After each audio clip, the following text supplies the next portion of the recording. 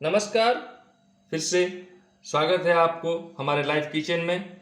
और नमस्कार मेरे स्वाद के मित्रों। आज बनने जा रहा है, उड़ीसा का नहीं बोल पाएंगे पर संबलपुर जो पश्चिम उड़ीसा इलाके में आता है उसका एक फेमस चीज़ जो कि है चावल बड़े। और पहला वाला वीडियो थोड़ा लंबा बना था, इसीलिए आज हम प्रिपेयर करके रखे हैं ये बचे हुए चावल कल का रात का। उसको हम ग्राइंड करके उसके साथ मिर्ची, जीरा, कलकत्ता का धनिया और करी पत्ता, देख सकते हैं करी पत्ता ये है, और अदरक, इसको सब हम मिला के रखते हैं। ठीक है। और ये उसका चटनी है जो कि टमाटर प्याज से बनता है, पर हम बिना प्याज लहसुन के बना रहे हैं तो टमाटर, मिर्ची और भुना हुआ जीरा पाउडर और थोड़ा सा हल्का नमक बना के रखे हैं।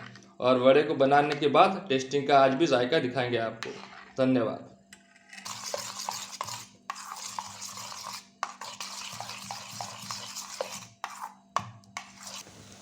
देखिए ये चावल के जो बड़े हैं वो तेल में तल रहे हैं।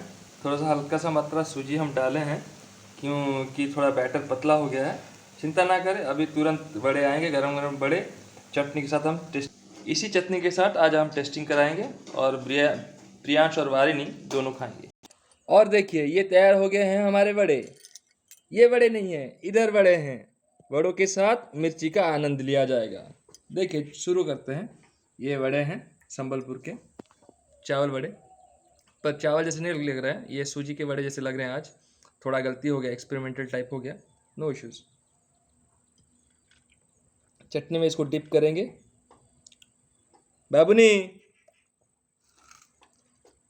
वाह। हम थोड़ा अभी संबलपुरी बोलेंगे, थोड़ा दिक्कत होगा कुछ कुछ ग्राहकों को समझना। चावल बराटा संबलपुर मस्त लगुचे। ये चटनी संगे आहरी मस्त लगुचे। बाकी चटनी टी लून कमी जाइए आउ टिके बाकी नून देकिना आम यहाँ खाइमु। आज संडे ता एंजॉय करूँ। धन्यवाद।